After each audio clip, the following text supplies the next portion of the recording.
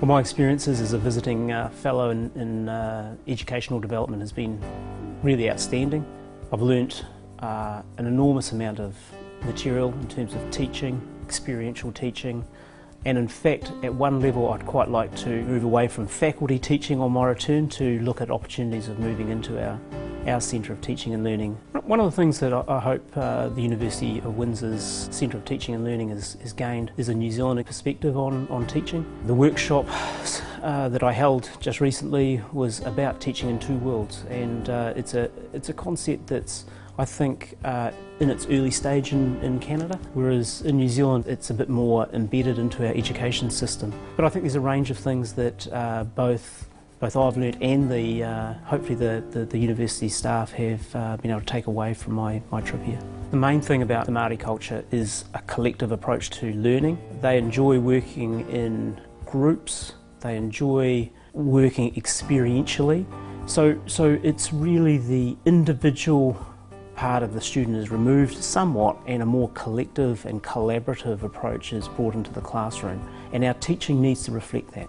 I was fortunate enough to be a part of a pre-conference canoe trip with Alan Wright, and when I arrived at the start of the canoe trip we were 20 strangers essentially, and on disembarking at the end of the day we were 20 friends. And I can see that putting that approach into our teaching and starting very early on with experiential learning in a semester can only build whanaungatanga and whānau and community within the group. The second thing that I'd say that I'll take away from this experience is actually hiring staff.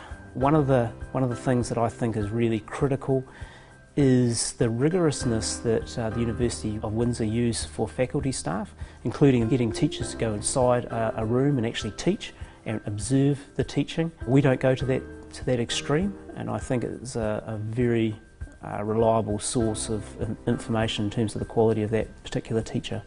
And then interviewing the students who were taught afterwards to find out how they found that teaching experience. I would like to get that instituted into our home institution.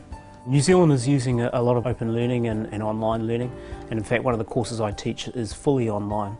We also have a blended approach. The advantage of online is of course reaching outlying areas that maybe the students find it difficult to travel to campus, or they have roles and responsibilities that makes it very difficult for them to get to class.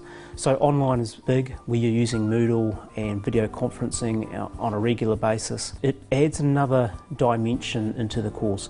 Most of our face-to-face classes also have a Moodle site that runs in conjunction to support the learning over and above what happens in the classroom. So certainly e-learning is really important. One of the things that I love about Windsor is I brought my family with me, and Windsor's a particularly safe city.